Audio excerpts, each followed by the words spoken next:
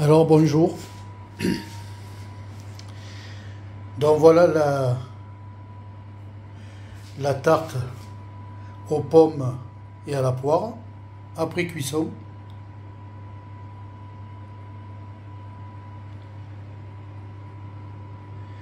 On voit bien les morceaux de pommes ici là, et au centre la poire. Alors pour élaborer cette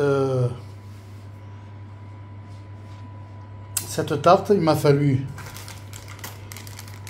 une pâte brisée, voilà, des fruits, alors à l'occurrence 2 pommes, alors j'ai pris des Pinky, on aurait pu prendre autre chose, hein, des Golden par exemple, mais moi j'ai pris les Pinky parce que elles sont un peu plus sucrées, et puis une belle poire, voilà. Donc bien entendu il faut dérouler la pâte, hein, avec son papier. Ensuite, vous préparez les fruits coupés en tranches, voilà, que vous allez placer sur la pâte.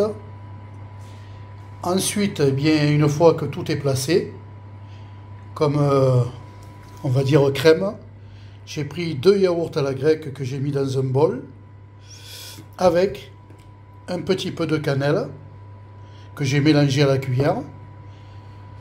Ensuite, j'ai versé bien sûr sur les fruits avec la cuillère et je me suis aidé d'un pinceau silicone cuisine pour étaler comme il faut pour que les fruits soient bien imprégnés de la préparation. Et un tout dernier, j'ai saupoudré légèrement du sucre de canne. Voilà, alors c'est du roux, hein, voilà. Donc légèrement parce que voilà, pour pas trop que ce soit sucré, voilà, et que ça n'enlève pas le goût de la cannelle dans la préparation.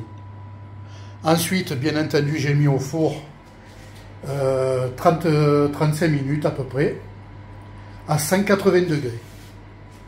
Voilà. Donc voilà le résultat. Donc ça a été vite élaboré, hein.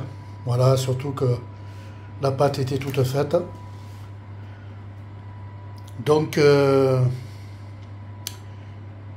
voilà, une tarte pomme à la poire, à la grecque, fromage à la grecque, pas fromage à la grecque, yaourt à la grecque, cannelle.